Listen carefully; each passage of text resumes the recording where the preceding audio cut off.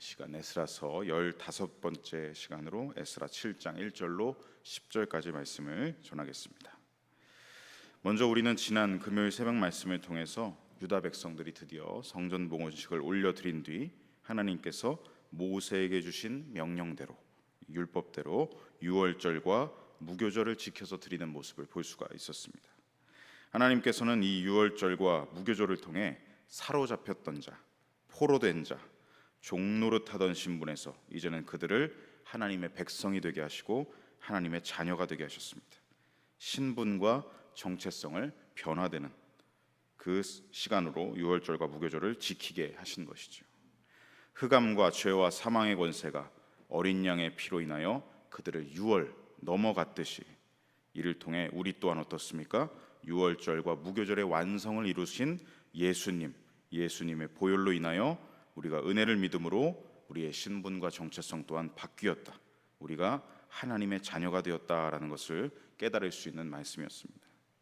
이렇게 여러 어려움 속에서도 성전을 재건하고 봉헌식을 올려드리고 또 하나님께서 명령하신 대로 성전에서 사역할 제사장과 레위 사람을 세우고 또 제사, 예배를 회복하고 절기 또한 지키면서 그들을 원래 이스라엘의 자리로 회복시켜 주신 것이죠. 하나님의 부르심을 받은 백성의 지위와 자리를 회복하게 하시고 지켜나가게 하시는 것입니다. 하나님의 약속을 이루어가는 언약 백성의 삶을 지속할 수 있게 해주시는 것이죠. 여기까지가 에스라 6장까지의 내용이었습니다. 그런데 여러분, 한 가지 이상한 점은 이 책의 저자가 도대체 언제 등장하느냐, 그동안 한 번도 등장하지 않았습니다. 이 책의 저자 에스라는 6장까지는 단 한 번도 등장하지 않고 이제 오늘 본문인 7장에서부터 등장하게 되죠. 에스라서는 6장에 기록된 사건들에서 이제 7장의 사건으로 이제 급격하게 넘어가게 됩니다. 그 표현이 7장 1절 처음에 기록되어 있습니다. 우리 7장 1절을 한번 같이 읽어보겠습니다. 이 일 후에 바사왕 아닥사스다가 왕위에 있을 때에 에스라라 하는 자가 있으니라. 그는 스라야의 아들이요 아사랴의 손자요 힐기야의 증손이요. 처음에 보시면 이 일 후에라고 되어 있습니다. 이 일 후에. 이 6장에서 7장으로 우리가 봤을 때는 한 장만 넘어가는데 이 단 한 장의 차이지만 시간적으로 봤을 때는 약 58년에서 60년이 흐른 뒤였습니다. 그래서 지금 에스라가 이 일 후에라는 접속사를 사용해서 이 새로운 국면이 되었다, 이제 역사가 바뀌었다라는 것을 이제 보여주는 것이죠. 7장 1절 또 보시면 왕이 바뀌어 있습니다. 이제 다리오 왕이 아니라 아닥사스다 왕으로 바뀌어 있습니다. 아닥사스다 왕 제7년에 에스라는 예루살렘으로 돌아오게 되었죠. 그러므로 6장까지 등장했던 유다 지도자들의 이름 또한 이제 나오지 않습니다. 스룹바벨 총독과 예수와 대제사장, 이들은 이제 지도자로서 하나님께서 주신 성전 재건의 임무를 완수하고 이제 누가 새롭게 등장하고 있습니까? 에스라가 등장하고 있는 것입니다. 이 에스라에 대한 소개는 그의 계보를 통해서 이제 계속 소개를 하고 있죠. 1절부터 5절까지 말씀해 보면 이 에스라 가문의 계보가 기록되어 있습니다. 이 계보를 그냥 성경 말씀을 띄워주시면 제가 설명을 드리겠습니다. 이 계보에서 보면 눈에 띄는 인물들 몇몇이 있습니다. 1절에 보시면 에스라는 스라야의 아들이다 라고 되어 있습니다. 이 스라야는 누굽니까? 남유다 마지막 왕이었던 시드기야 왕 시대에 활동했던 대제사장입니다. 남유다가 바벨론에 멸망하면서 이 스라야 대제사장과 그 가문 역시 붙잡혀서 포로로 끌려갔죠.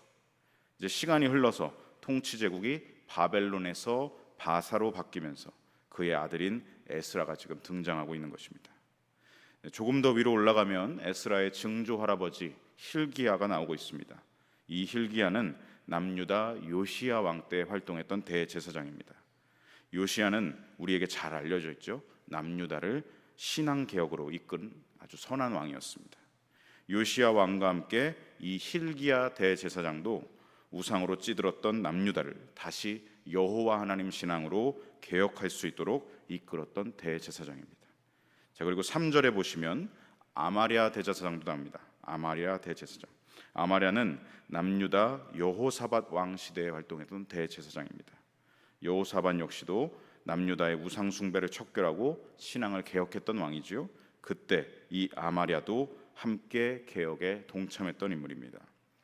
이렇게 족보상 위로 더 올라가면 5절에 보시면 마침내 우리가 잘 알고 있는 대제사장 엘르아살과 아론이 등장하고 있습니다.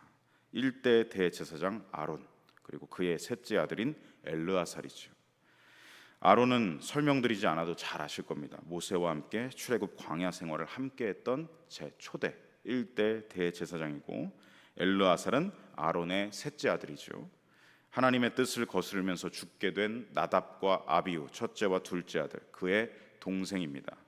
아론의 계승자가 되어서 엘르아살은 가나안 땅에서 여호수아와 함께 이제 활동했던 대제사장이죠. 이러한 에스라 가문의 계보를 통해서 볼 때 에스라는 우리가 어떤 가문인지를 알 수가 있습니다. 에스라 집안은 대대로 대제사장 가문이었다라는 것이죠. 아론의 혈통으로 이어지는 대제사장의 계보를 따르고 있습니다. 이 기록을 통해 앞으로 에스라가 어떤 활동을 하게 될지, 어떤 임무를 수행하게 될지 이것을 통해서 미리 보여주고 있는 것입니다. 곧 에스라는 제사장 직분을 수행하게 될 것이죠. 이제 에스라 가문의 계보를 지나서 에스라는 또 당시 어떤 인물이었는가, 당시 어떤 인물이었는가가 소개되고 있습니다. 우리 6절 말씀을 함께 읽어보겠습니다. 이 에스라가 바벨론에서 올라왔으니 그는 이스라엘의 하나님 여호와께서 주신 모세의 율법에 익숙한 학자로서 그의 하나님 여호와의 도우심을 입음으로 왕에게 구하는 것은 다 받는 자이더니. 아멘. 자, 에스라는 제사장 가문의 계보를 이어 제사장직을 수행하는 사람이기도 하지만 6절 상반절에 보시면 그는 또한 어떠한 사람이었습니까? 율법에 익숙한 학자였다. 익숙한 학자였습니다. 이 학자로 번역된 히브리어는 소페르입니다. 그 뜻은 글씨를 새기다, 쓰다, 서기관 이런 뜻을 가지고 있죠. 그리고 학자 앞에는 마히르라는 수식어를 쓰고 있습니다. 익숙한, 이것으로 번역되어 있는데 뜻은 무엇이냐면 빠른, 신속한, 적성이 있는 이라는 뜻입니다. 이는 에스라가 어떠한 사람이라는 것이죠. 율법을 잘 쓰기만 하는 사람이 아니라, 서기관일 뿐만 아니라 율법의 내용까지도 잘 알고 있는, 연구하고 숙련되어 있는 사람이다. 곧 뛰어난 율법학자다라는 것을 알려주는 표현이죠. 그만큼 에스라는 토라, 이 이스라엘 백성들은 토라라고 있습니다. 이 모세에게 주신 율법에 아주 능통한 사람이었다. 다년간의 율법 연구를 통해 아주 신실하고 부지런하게 이 율법 연구를 수행했던 사람이다라는 것입니다. 그리고 이것을 통해서 어떻게 하죠? 또 앞으로 이제 에스라가 어떤 활동을 할지를 보여주고 있습니다. 유다 백성들에게 에스라는 율법을 가르치고 해석하고 적용할 수 있게 해주는다는 것이죠. 백성들에게 율법을 이해하고 해석하도록, 적용하고 실천하도록, 오늘날로 말하면 무엇이겠습니까? 목회자요, 말씀을 전하는 설교자인 것입니다. 또한 이 에스라는 당시 바사 왕에게도 신임을 받는 인물이었다라는 것이 6절 하반절에 보면 나와 있습니다. 왕이 그가 요구하는 것을 모두 주었다. 구하는 것은 다 주었다라고 되어 있죠. 그리고 그 배후에는 누가 있느냐? 역시 하나님의 도우심이 있었다. 도우시는 손길이 있었다라는 것을 에스라는 빼먹지 않고 기록하고 있습니다. 자기가 잘해서가 아니라 하나님이 도우셨기 때문에 내가 왕에게 구하는 것은 다 받았다라는 표현입니다. 과거 스룹바벨과 예수아를 사마리아 총독 다뜨네로부터 눈동자로 지켜주셨던 하나님께서 신실하게 지금 에스라를 통해서도 그 도우시는 손길로 함께 하셔서 형통을 이어가게 하고 계신 것입니다. 이 일은 반드시 이스라엘의 온전한 회복을 위해서 하나님의 선하신 손길이 돕고 있는 것이죠. 그 형통이 이제 2차 포로기한으로 이어지게 됩니다. 우리 7절로 8절까지 말씀해 보면 2차 포로기한이 이루어지는 것을 함께 볼 수 있습니다. 함께 읽겠습니다. 아닥사스다 왕 제7년에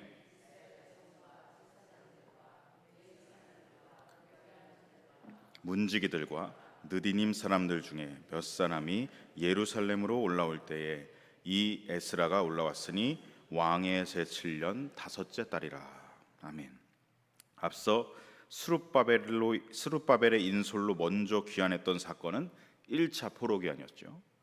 이제 58년 60년 전에 있었던 1차 포로기환. 그리고 이때는 일반 백성들과 남종과 여종, 노래하는 자들이 주로 귀환을 했었습니다.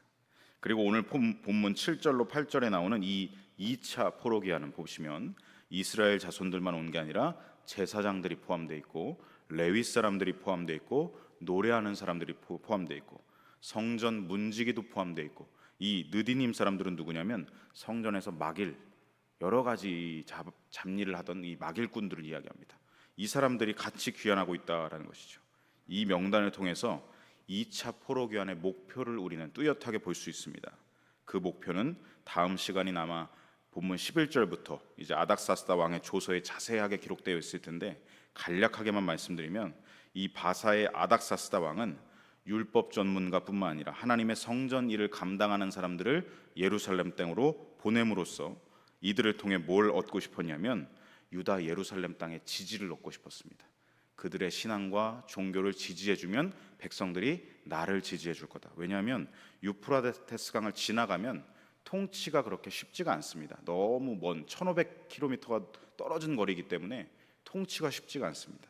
그래서 이 아닥사스다 왕은 이 먼 지역이지만 이들의 신앙을 지켜줌으로써, 이들을 달래줌으로써 자신의 통치를 곤고히 하고 세우고 싶었던 것이죠. 이들의 지지를 받고 싶었던 것입니다. 그래서 이 에스라와 함께 성전 일을 하는, 하나님의 성전을 지키는 사람들, 제사장부터 성전 막일꾼까지를 2차 포로 귀환으로 보내주고 있는 것이죠. 이건 역시 우리가 표면적인 목적인 것을 알 수 있습니다. 이것만 봐도 표면적인 목적이고, 이 역사의 배후에는 누가 있느냐? 아닥사스다 왕이 자기의 지지를 세우기 위해서 한 것이었지만 이 배후에는 누가 있습니까? 하나님의 선하신 손길이 돕고 계시다. 우리는 믿음을 가진 사람으로서 성경을 볼 때 이것을 놓치지 말아야 합니다. 에스라와 2차 포로 귀환의 무리들은 이렇게 하나님의 도우시는 손길로 예루살렘으로 귀환하고 있습니다. 물론 귀환길은 쉽지만은 않았습니다. 9절에 보시면 9절에 기록된 대로 어떻죠? 아닥사스다 왕 제7년 첫째 달 초하루의 길을 떠났습니다. 곧 1월 1일에 에스라와 무리들은 집결하여 출발하였고, 시간이 얼마나 지났느냐? 다섯째 달 초하루, 곧 5월 1일이 되어서야 예루살렘에 도착했다라고 합니다. 총 4개월이 걸렸습니다. 그만큼 이 바벨론 성과 예루살렘 성의 거리는 대략 1400에서 1500km 정도로 길기 때문에 행군만으로 걷기 때문에 4개월이나 걸렸던 것이죠. 하지만 중요한 것은 저 중간에 중반절에 보시는 붉은색 글씨겠죠. 이 긴 거리와 시간 속에서도 하나님은 함께 하셨고 하나님의 선한 손의 도우심을 힘입어서 문제없이 무사하게 예루살렘에 도착할 수 있었다라는 것을 에스라는 또 이것을 중요하게 기록하고 있는 것입니다. 6절에서도 하나님의 도우심을 기록하고 있고 9절에서도 하나님의 도우심을 기록하고 있습니다. 이 모든 것은 에스라의 이름 뜻대로, 여러분 에스라의 이름 뜻을 알고 계시죠? 하나님은 도우신다입니다. 에스라의 이름 뜻같이 하나님의 도우시는 손길이 늘 우리와 이스라엘 백성과 함께 했다라는 뜻을 기록하고 있는 것입니다. 에스라는 이 모든 일은 눈에 보이는 바사왕의 명령처럼 이루어지는 것 같다, 그가 어떤 통치 세력을 굳건히 세우고만 하는 그런 표면적인 이유만 있는 것 같지만 그것이 아니다. 우리 믿는 자들은 어떻게 해야 되느냐? 이 모든 배후에는 하나님의 도우시는 손길이 언제나 함께한다, 그분의 섭리인 것이다 라는 것을 바라보게끔 해주고 있는 것입니다. 그렇게 에스라는 믿음으로 하나님의 도우심을 바라보면서 예루살렘 땅에 도착합니다. 그리고 이제 자신 또한 유다 백성들의 신앙을 돕기 위한 준비를 하나하나 해가게 됩니다. 하나님께서 주신 사명을 이루어갈 준비를 하게 되죠. 그 말씀, 그 내용이 10절에 기록되어 있습니다. 우리 10절 말씀을 같이 한번 읽어보겠습니다. 에스라가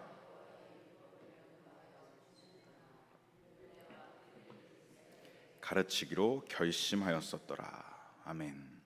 에스라는 예루살렘에 도착하자마자 세 가지 준비를 실행하기로 계획을 세우게 됩니다. 첫 번째 준비는 여호와의 율법을 연구하는 것이었습니다. 그는 율법을 부지런히 연구해야만 가르칠 수 있다라는 것을 알고 있었기 때문에 이미 바사 제국에 머물 때부터 율법을 계속해서 연구하던 사람이었습니다. 하지만 예루살렘에 도착했다고 해서, 내가 이제 포로로 귀환했다고 해서 나태해지는 것이 아니라 여전히 계속해서 이 율법 텍스트, 하나님의 말씀 문장 하나하나를 계속해서 묵상하고 연구하고 읽기로 결심을 하는 것이죠. 두 번째 준비는 무엇이었느냐? 여호와의 율법을 준행한다. 곧 행함, 말씀을 행함입니다. 에스라는 하나님의 말씀을 듣고 연구하고 머릿속에만 들어가게 하는 것이 아니라 말씀의 가르침을 몸으로 준행한다. 순종과 실천으로 나가겠다라고 지금 결심하고 있는 것이죠. 무엇입니까? 머리로만 하는 신앙이 아니라 내 몸을 드리는 헌신의 신앙, 그 신앙생활을 목표로 하고 있다는 것을 우리가 볼 수 있는 것입니다.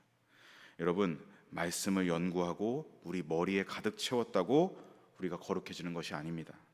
말씀을 올바른 뜻대로 실행할 때, 순종할 때 하나님의 거룩을 닮아가게 되는 것이죠. 백성들에게 전할 말씀의 진정한 가르침은 여러분, 말로 가르치는 것도 있었지만 몸으로 가르치는 것이 더 중요하지 않겠습니까? 이 순종의 본을 보임에서 이 진정한 가르침이 나온다라는 것을 에스라는 알고 있었다라는 것입니다. 그래서 결심하고 있는 것이죠. 자, 이어서 세 번째 준비는 무엇입니까? 율법 안에 있는 세부 사항들, 곧 율례와 규례를 백성들에게 정확하게 가르치기로 준비하고 있습니다. 이 율례와 규례는 하나님께서 모세에게 주신 명령, 율법을 통칭하는 말입니다. 이 율례는 하나님께서 제정하신 법률을 의미하죠. 이스라엘이 하나님의 백성답게 살아갈 수 있도록 법과 질서의 그 조항들을 세우신 것, 입법 조항을 말씀하시는 것입니다. 그리고 규례는 무엇이냐? 예배 의식법 같은 헌신과 관련된 우리의 이 순종과 헌신에 관련된 내용들, 제사 의식에 대한 규범을 말하고 있는 것입니다. 에스라는 이 율례와 규례를 백성들이 흐트러짐 없이 지킬 수 있게 하려면 내가 먼저 정확하게 알아야 한다. 원본 그대로를 가르치기 위해서 계속해서 연구할 것을 지금 결심하고 있다라는 말입니다. 말씀을 마무리합니다. 성도 여러분, 오늘 본문을 통해서 우리는 무엇을 보실 수 있습니까? 이 에스라 귀환과 2차 포로 귀환을 통해 하나님께서는 유다와 예루살렘이 그동안 잃어버리고 있었던 것을 다시 회복시켜 주시는 것입니다. 유다와 예루살렘이 무엇을 잃어버리고 있었지요? 하나님의 율법, 곧 말씀을 잃어버리고 있었습니다. 그래서 이 2차 포로 귀환과 에스라의 귀환을 통해서 백성들에게 다시 말씀을 회복시키시는 것이죠.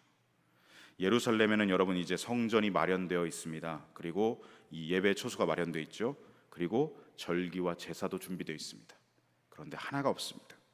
말씀이 없습니다. 여호와의 율법이 없는 것이죠. 여러분, 진정한 회복은 말씀까지 회복되어야 온전한 회복이지요.